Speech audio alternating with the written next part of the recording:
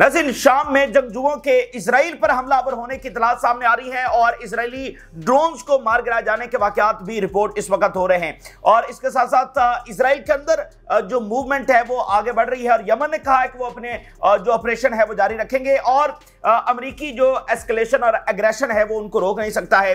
जबकि अमेरिकी यूनिवर्सिटीज के अंदर भी मुजाहिरों की जो मूवमेंट है वो आगे बढ़ रही है, बावजूद इसके कि ट्रंप इंतजामिया सख्त पॉलिसीज लेकर आ रही है, गिरफ्तारियां कर रही है और फंडिंग कट कर रही है, डिपोर्ट कर रही है, उसके बावजूद जो मूवमेंट है वहां पर आगे बढ़ रही है। इसके साथ साथ 21st सेंचुरी का सबसे बड़ा फिनोमेना हो रहा है जो सब चीजों का पासा पलट के रख देगा, और वो ये है नाज़रीन कि ईरान, चीन, रूस और नॉर्थ कोरिया, इनका अलायंस बहुत ताकतवर होता चला जा रहा है और इनमें असलहा, टेक्नोलॉजी, हर तरह का जो कॉपरेशन है वो इसमें आगे बढ़ रहा है। और अमेरिकी एम्पायर, वो अमेरिकी एम्पायर जो इसराइल के वजूद की गारंटी है, वो अमेरिकी एम्पायर यकीनी तौर पर इस वक्त चैलेंज हो रहा है और अपने डिक्लाइन की तरफ जा रहा है। इन चार ममालिक का अलायंस कैसे आगे बढ़ रहा है और वो कैसे सारी चीजें बदल रहा है और रेजिस्टेंस को इस अलायंस से क्या सपोर्ट मिल रही है, इसके ऊपर भी हम तफसीली बात करेंगे।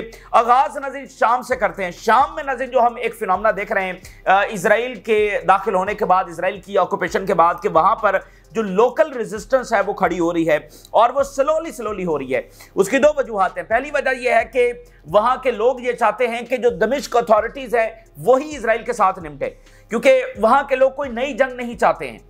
कई सालों से उन्होंने जंग देखी है, तबाही देखी है, खाना जंगी सारा कुछ वहां पर हुआ है। तो शाम के लोग नहीं चाहते कि एक बार फिर ऐसा हो कि स्टेट फोर्सेस कुछ और हैं और मुख्तलिफ ग्रुप्स जो है वो खड़े हो गए। यानी एक स्टेट जो है वो सेंट्रल अथॉरिटी के साथ वजूद में आनी चाहिए और वो सेंट्रल अथॉरिटी जो है दमिश्क के अंदर जो बैठी होगी वही इसराइल के साथ डील करे, जैसे कुछ स्टेट करती है। लोग इसको पसंद अब नहीं कर रहे हैं कि मुख्तलिफ ग्रुप्स जो है वो यहां पर बन जाए, लेकिन अब चूंकि सेंट्रल अथॉरिटी जो है वो कोई एक्शन नहीं ले रही इसराइल के खिलाफ, तो अब उनको मजबूरन खुद एक्शन लेना पड़ रहा है। तो रेजिस्टेंस वहां पर जो है वो जन्म ले रही है और स्लोली, क्योंकि उनके पास वेपन्स नहीं है, लेकिन अब उनके पास वो ताकत बढ़ती चली जा रही है। और अभी जो वाकया नाज़रीन हुआ है ये बड़ा गैर मामूली नौयत का है और ये इस बात का सबूत है कि कैसे उनकी ताकत जो है आगे बढ़ रही है। इस वक्त हुआ क्या नाज़रीन कि जो लोकल रेजिस्टेंस है उसने इजरायली जो ड्रोन्स हैं उनको मार गिराया है। अब ये अनयूजुअल बात है, अगर जमीन के ऊपर किसी टारगेट को हिट किया जाता है, किसी टैंक को, किसी इजरायली फौजी को, वो एक डिफरेंट बात है, वो किसी बंदूक से भी किया जा सकता है। लेकिन एरियल टारगेट को गिराना, इजराइल के जदीद तरीन ड्रोन्स को गिराना, ये तो बिल्कुल डिफरेंट सी बात है। इसको तो किसी पिस्टल से, बंदूक से नहीं गिराया जा सकता। तो ये तो बिल्कुल डिफरेंट लेवल की कैपेबिलिटी है जिसका मुजाहरा। ये पहला ड्रोन है जो शाम में गिराया गया है। कुछ हेडलाइंस देखिए। Armed local shot down Israeli drones in Yarmouk valley area in the western Daraa countryside southern Syria. और इसके साथ फिर एक और बड़ी इंटरेस्टिंग चीज हुई है और वो ये हुई है कि इजरायली फौज ने शाम के लोगों के अंदर फूड तकसीम करने की कोशिश की है, जिसको शाम के लोगों ने लेने से इनकार कर दिया। Residents of the villages of Saida in the southern Quintra countryside refused food aid and questionnaires that an Israeli patrol attempted to distribute। ये होता है ना, ये अपने मीडिया कैंपेन के लिए गजा में भी ये इस तरह करते रहे कि किसी को जाकर खाना दे दिया, किसी को जाकर पानी की बोतल दे दी, वो मीडिया कैंपेन के लिए। तो वहां भी गजा के लोग इसको इनकार करते हैं। सारी बात है बंदूक के जोर के ऊपर वो उनमें अपनी वो वीडियो वगैरह बनवाने के लिए। तो यहां पर बाकायदा उन्होंने पूरे विलेज के अंदर जाकर, टाउन के अंदर जाकर खाना तकसीम करने की जो कोशिश की है, लोगों ने वो रिसीव नहीं किया। दूसरी बात यह है कि क्वेश्चनर्स देने की कोशिश की है, यानी कोई सर्वे करने की कोशिश की गई है।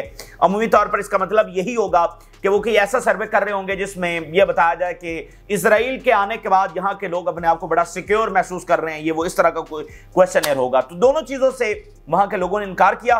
गुस्सा जो है वो वहां पर बहुत पाया जा रहा है और ड्रोन जो है वो मार गिरा गए हैं। और इन आजाद लोगों का इसराइली ऑक्यूपेशन में चले जाना, जाहिर बात है कितने अफसोस के बाद, आप जरा नोट करें कि अपना वतन है, अपनी सरजमीन है, अपनी आजादी है और अचानक से इसराइल जैसा जालिम मुल्क जो है वो उनके ऊपर ऑक्यूपाई कर गया है। तो वो तो इस चीज को कभी कबूल करने वाले नहीं है। और अभी इसराइली फौज ने यह भी बताया है कि वो पिछले वीक माउंट हरमोन के ऊपर उन इलाकों के अंदर दाखिल हुए हैं जिनमें आज तक इसराइल दाखिल नहीं हो सका, वहां तक एडवांस नहीं कर सका। तो ये इसराइल की जो मुसलसल एडवांसमेंट है ये लोगों को गुस्सा दिला रही है और उसका वाज़ेह सबूत आज हमने देख लिया कि ये एक बड़ा अटैक हुआ है और रेजिस्टेंस वहां पर जन्म ले रही है, अपनी ताकत आगे बढ़ा रही है। और इस तरह के जो वाकयात हैं वो जुलानी के ऊपर प्रेशर मजीद बढ़ाएंगे, क्योंकि एक सेंट्रल अथॉरिटी बनानी है, एक सेंट्रल स्टेट बनानी है, ठीक है ना, मतलब उसकी फोर्स होगी। तो वो फोर्स कैसे बनेगी? वो तो कोई इकदामात उठा नहीं रही और इसराइल जब वो आगे से आगे बढ़ रहा है। और शाम का फ्रंट ऐसे है जैसे अचानक आपने देखा गजा में बमबारी तेज हो गई और एडवांसमेंट इसराइल की हो गई, बहुत सारी फौज दाखिल हो गई। यमन के अंदर हमने अचानक एक बड़ी जंग देख ली है। तो शाम में भी किसी भी वक्त ये भी हो सकता है, अगले 10 दिनों में, 15, 20, 1 महीने, कभी भी ये हो सकता है जब भी इसराइल जब वो ये फ्रंट खोलना चाहेगा। और दूसरी बात यह है कि जो टर्की के अंदर जो वाकयात हो रहे हैं, अगर उर्दगान की गवर्नमेंट सर्वाइव नहीं करती तो फिर सीरिया के लिए और ज्यादा चैलेंजेस हैं कि अगर जो नई गवर्नमेंट आएगी वो क्या सपोर्ट करेगी, नहीं करेगी। क्योंकि देखें इनका तो सारा असला तबाह हो चुका है, इनकी तो सारी इक्विपमेंट्स इसराइल ने तबाह कर दी हैं। $100 बिलियन से ज्यादा वो जो सारी बमबारी हुई उसमें तो सब कुछ तबाह हो गया। तो अब टर्की इनको नए इक्विपमेंट्स भी दे रहा है, ट्रेनिंग की बात कर रहा है, सारा कुछ कर रहा है। लेकिन अगर टर्की की गवर्नमेंट गिर गई, उर्दगान की गवर्नमेंट गई, तो नई गवर्नमेंट पता नहीं वो किस तरह क्या पॉलिसी रखती है।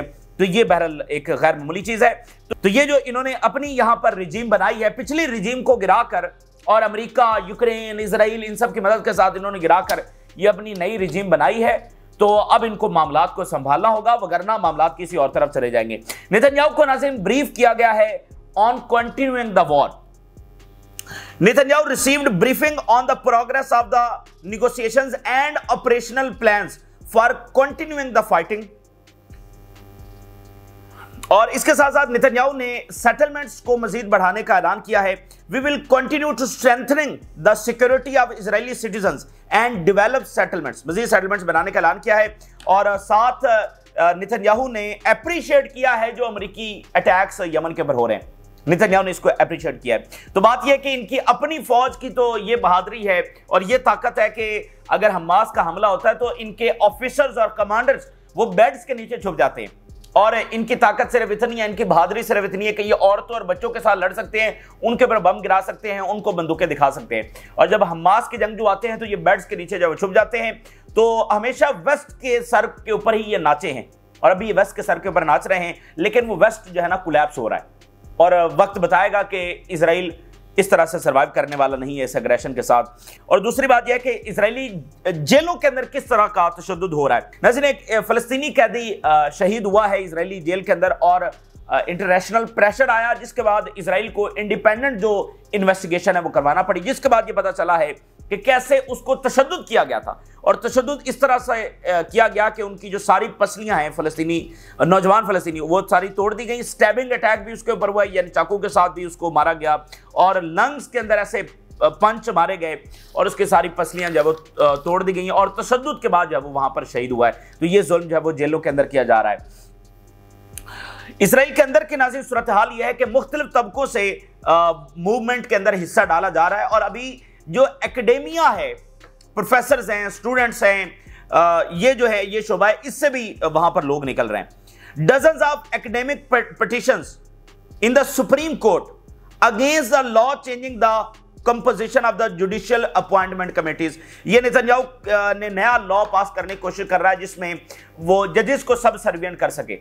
इसी वजह से भी एक नया रौला वहां पर पड़ा हुआ है कि इदारे आमने सामने आ रहे हैं और जो तसादुम है वो बढ़ता चला जा रहा है। इसराइली सोसाइटी के अंदर जो डिवीजन है वो बढ़ती चली जा रही है। तो अब ये एकेडेमिया सेक्टर से भी लोग जो है वो वहां पर हिस्सा डाल रहे हैं। तो ये बहरहाल मूवमेंट आगे चलती चली जा रही है।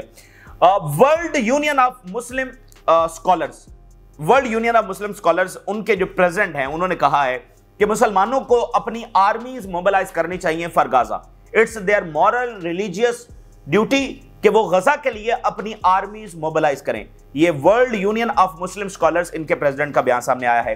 अमेरिकी यूनिवर्सिटीज के अंदर जो मुजाहरे हैं वो उसी तरह से आगे बढ़ रहे हैं। दबाव बहुत ज्यादा है और जो इकदामात है ट्रंप इंतजामिया की जानिब से बहुत शदीद तर है। अमेरिका में कभी ऐसा हुआ नहीं, लेकिन उसके बावजूद स्टूडेंट्स वहां पर खड़े हो रहे हैं। कोलंबिया यूनिवर्सिटी के अंदर नया वाकया ये हुआ है कि अलुमनाई की तकरीब के दौरान बहुत सारे स्टूडेंट्स ने अपने जो डिप्लोमास थे वो फाड़ दिए बतौर एहतजाज। Columbia alumni tiered diplomas in protest of school and leadership. Students in protest expressed loss of confidence in their university, citing the recent federal detention of the graduate students as part of the ongoing crackdown on pro-Palestine activists in the US. जो pro Palestine students के ऊपर, जो anti war students के ऊपर crackdown किया जा रहा है, उसके प्रोटेस्ट के तौर पर अलुमनाई जो थे उन्होंने अपने जो डिप्लोमास हैं वो फाड़ दी हैं और यमन ने कहा है कि अमेरिका हमें रोकने में नाकाम है और नाकाम ही रहेगा। The US aggression has failed to prevent us from continuing to support the Palestinian people. फलस्तीन की जो सपोर्ट है, देखें ये क्या पॉलिसी है अमेरिका और इजराइल की, इसको कहते हैं कि डी लिंक करना, यानी गजा से डी लिंक करना, लेबनान फ्रंट को, इराक फ्रंट को, यमन फ्रंट को, इसको कहते हैं डी लिंक करना। तो ये डी लिंक करने वाला प्रोसेस है कि जो भी गजा के साथ जुड़ा हुआ है, देखिए मिस्र है, जॉर्डन है, पाकिस्तान है, टर्की है, सऊदी अरेबिया है, यूएई है, ये तो कोई अस्करी तौर पर कोई किरदार अदा नहीं कर रहे, ठीक है। तो असल में किसके चैलेंज का सामना आप जरा नोट करें, तो यही हिजबुल्लाह है, यही यमन है, यही अस्करी तौर पर लड़ रहे हैं ना, और कौन लड़ रहा है। तो ये पॉलिसी है डी लिंक करना, लेकिन वो कर नहीं पा रहे हैं और इसके नतीजे में जो अमेरिका का अपना नुकसान हो रहा है वो जेडी वैंस खुद बता रहे हैं, हमें बताने की जरूरत नहीं है। और अभी यमन ने जो कुछ देर पहले अटैक किया है, अभी उन्होंने स्टेटमेंट जारी करते हुए कहा कि उन्होंने बेन गोरियन एयरपोर्ट को निशाना बनाया और इसके जरिए बार बार ये यकीनी बना रहे हैं कि जो फॉरेन एयरलाइंस हैं वो अपने ऑपरेशंस इजराइल के मुअत्तल कर दें। अच्छा, अब नज़ीर हम जरा बात करते हैं जो नया अलायंस जो इस वक्त इमर्ज हो रहा है। देखिए 21st सेंचुरी की सबसे डिफाइनिंग और सबसे डिसाइडिंग चीज ये है कि जो ईस्ट है अगर वो राइज करता है तो उससे अमेरिकी एम्पायर डिक्लाइन की तरफ जाएगा, ये बात बिल्कुल तय है, इसमें कोई दो राय नहीं है। और अगर अमेरिकी एम्पायर डिक्लाइन की तरफ जाएगा तो इजराइल सर्वाइव नहीं कर सकता, ये बात बिल्कुल तय है। लेकिन सवाल यह है कि क्या वाकईतन ईस्ट राइज कर रहा है, क्या वाकईतन कोई ऐसा अलायंस बन रहा है जो अमेरिकी एम्पायर को चैलेंज कर सके। यानी ये बात तो है कि अगर कोई अलायंस ऐसा पैदा हो जाता है तो अमेरिकी एम्पायर चैलेंज हो जाएगा, लेकिन क्या इसके कुछ सबूत भी हैं कि ईस्ट जो है वो ताकतवर हो रहा है। तो उसके जो सॉलिड एविडेंस है वो आज हम आपके सामने मजीद रखने जा रहे हैं और वॉल स्ट्रीट जर्नल की ये रिपोर्ट हम आपके सामने रखेंगे जिसमें उन्होंने बताया कि 4 मुल्कों का अलायंस जो है वो कैसे ताकतवर से ताकतवर हो रहा है, उनके दरमियान जो ताल्लुकात हैं वो कैसे डीप होते चले जा रहे हैं, उनके दरमियान जो कॉपरेशन है वो कैसे डीप होता चला जा रहा है और ये डायरेक्टली थ्रेट कर रहा है, चैलेंज कर रहा है अमेरिकन एम्पायर को। और ये 4 मुल्कों का अलायंस है, Iran, Russia, China and north Korea. और इन चारों के ऊपर अमेरिका ने जंग मुसल्लत की, इन चारों के ऊपर जंग मुसल्लत की मुख्तलिफ अंदाज में, रशिया पर, यूक्रेन की सूरत में, चाइना पर और नॉर्थ कोरिया, ईरान, सब पर अपनी अपनी सूरत के अंदर जंग मुसल्लत की गई। और इन चारों के ऊपर चूंकि जंग मुसल्लत हुई, सैंक्शंस लगी, तो ये सारे मुत्तहद हो गए एक दूसरे के सर्वाइवल के लिए, क्योंकि सर्वाइवल वाला मूड आ गया ना, तो ये सारे जो है वो मुत्तहद हो गए। और खासकर जो यूक्रेन और मिडिल ईस्ट की जंगें हैं उसने इस अलायंस को ताकतवर होने में और एक ऐसा अलायंस बनने में कि इसको अब तोड़ा नहीं जा सकता, इसको अब रोका नहीं जा सकता, ये अलायंस बनने में यूक्रेन और मिडिल ईस्ट की जंग ने जो है वो कलीदी किरदार अदा किया है, डिसाइसिव रोल जो है वो उसने अदा किया है। तो मैं एविडेंस आपके सामने रखने जा रहा हूं कि वाकईतन ये अलायंस एग्जिस्ट कर रहा है और ये ताकतवर हो रहा है और इससे रेजिस्टेंस की ताकत कैसे बढ़ रही है। अगर ईरान की ताकत बढ़ रही है तो ईरान ही तो रेजिस्टेंस को सपोर्ट कर रहा है, तो वो सारी ताकत आगे रेजिस्टेंस ही को ट्रांसफर हो रही है। अगर ईरान एक कमजोर मुल्क हो, अगर उसके बाद टेक्नोलॉजी ना हो, वेपन्स ना हो, इकोनॉमी ना हो, तो वो रेजिस्टेंस को कैसे सपोर्ट करेगा। वो ताकतवर होगा तो अब देखें ना, जो हिजबुल्लाह ने जंग लड़ी है, जो हूतीज मिसाइल मार रहे हैं, इसराइल और अमेरिका की क्या वहमो गुमान में भी था कि हूतीज ऐसे मिसाइल उनके पास होंगे और वो ऐसे मिसाइल मारेंगे इसराइल और अमेरिका पर। तो ये कौन दे रहा है, किसके सपोर्ट से ये सारा हो रहा है। The emerging CRINK alliance, a new challenge to US influence. अब ये आप समझ ले कि एक एब्रीविएशन है, चाइना CRINK का क्या मतलब है, चाइना, रशिया, ईरान और जो नॉर्थ कोरिया है, ठीक है, ये उसकी एब्रीविएशन उन्होंने बताई है।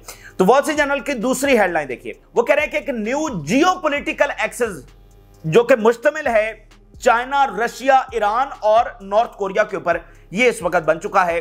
और ये एक इनफॉर्मल अलायंस है। एक होता है ना कि 4 ममालिक बैठे हैं, भाई मिसाल के तौर पे क्वाड है, ये 4 ममालिक का अलायंस है। अच्छा जी, 5 आईज है, 5 ममालिक जब इंटेलिजेंस शेयर कर रहे हैं, इस तरह अलायंसेज है ना, डिक्लेयर किए जाते हैं। तो ये एक इनफॉर्मल अलायंस है। कभी रशिया, चाइना, नॉर्थ कोरिया और ईरान, इनके head of the states, foreign ministers, ये कहीं इकट्ठे बैठकर इन्होंने कभी प्रेस कॉन्फ्रेंस नहीं की और ये नहीं बताया कि हमारा कोई अलायंस है और हम इंटेलिजेंस शेयर करते हैं, हमारा कोई क्वाड के जैसा कोई अलायंस है, ठीक है। ऐसी ये इनफॉर्मल अलायंस है जो खुफिया अंदाज के अंदर या इनफॉर्मल तरीके से काम कर रहा है। And challenging the US led global order, और यही वो इस वक्त अर्थ प्लेनेट के ऊपर वो अलायंस है जो अमेरिकी लेड ग्लोबल ऑर्डर को इस वक्त चैलेंज कर रहा है। CRINK is reshaping the global balance of power, presenting a growing challenge to Washington and its allies. ये जो 4 मुल्कों का अलायंस है, ये रीशेप कर रहा है पूरी दुनिया की जो बैलेंस ऑफ पावर है, ये सबको चैलेंज, यानी और पूरी दुनिया में मिडिल ईस्ट भी आता है, ठीक है ना, पूरी दुनिया के अंदर मिडिल ईस्ट भी आता है, उन सब के अंदर बैलेंस ऑफ पावर को ये रीशेप कर रहा है, और अमेरिका और उसके इत्तेहादी उन सबको ये चैलेंज कर रहा है। देयर टाइज एक्सचेंजिंग फूड, अब ये इनके किस लेवल के ऊपर ताल्लुकात है, ये जनाब फूड तक एक्सचेंज कर रहे हैं, ऑयल, आर्म्स यानी असलहा and military support, while seeking to evade western sanctions। इस लेवल का कॉपरेशन भी है, और जो मगरबी सैंक्शंस हैं उनसे बचने के लिए भी ये बहुत सारे ऐसी आप कह लें कि इंफ्रास्ट्रक्चर बना रहे हैं, ऐसी एक्टिविटीज कर रहे हैं, ऐसे इकदाम उठा रहे हैं कि वेस्टर्न सैंक्शंस इनके ऊपर कम से कम असरअंदाज हों। The war in Ukraine has significantly reinforced these connections. वो कहते हैं कि अब चाइना और ईरान का एक ताल्लुक था, चाइना और नॉर्थ कोरिया का एक ताल्लुक था, रशिया और चाइना का भी एक ताल्लुक था, लेकिन जो यूक्रेन की जंग हुई वहां से ये सिग्निफिकेंस चेंज शुरू हुआ। ये पांसा पलट जंग यूक्रेन की साबित हुई, जिसने इन तमाम ताल्लुकात को जो कहीं ना कहीं एग्जिस्ट तो ऑलरेडी करते थे, लेकिन फिर उनको इतने मजबूत तरीन अलायंस के अंदर बाकायदा तौर पर तब्दील कर दिया, क्योंकि रशिया जो है वो सर्वाइवल मोड के अंदर चला गया। रशिया को टुकड़ों में तकसीम करने का प्लान था, तो इसलिए रशिया को जरूरत थी कि अब उसने बाकी तमाम चीजों को पीछे छोड़कर अपने सर्वाइवल के लिए जो उसको करना पड़ा वो करेगा। तो उसने फिर इन सब के साथ अलायंस बनाया। यही मुल्क उसके साथ खड़े हुए ना, बाकी तो सारी दुनिया उधर जाकर खड़ी हो गई, तो यही मुल्क थे जो उसके साथ खड़े हुए। With the 4 nations promoting the alternative system to compete with the United States. और फिर अब इन्होंने अल्टरनेटिव सिस्टम बनाया है, मजीद बना रहे हैं अमेरिका को कंपीट करने के लिए।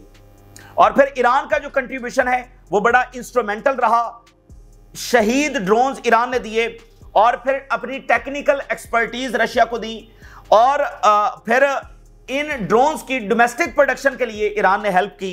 And invaluable assets in conflict which played decisive role.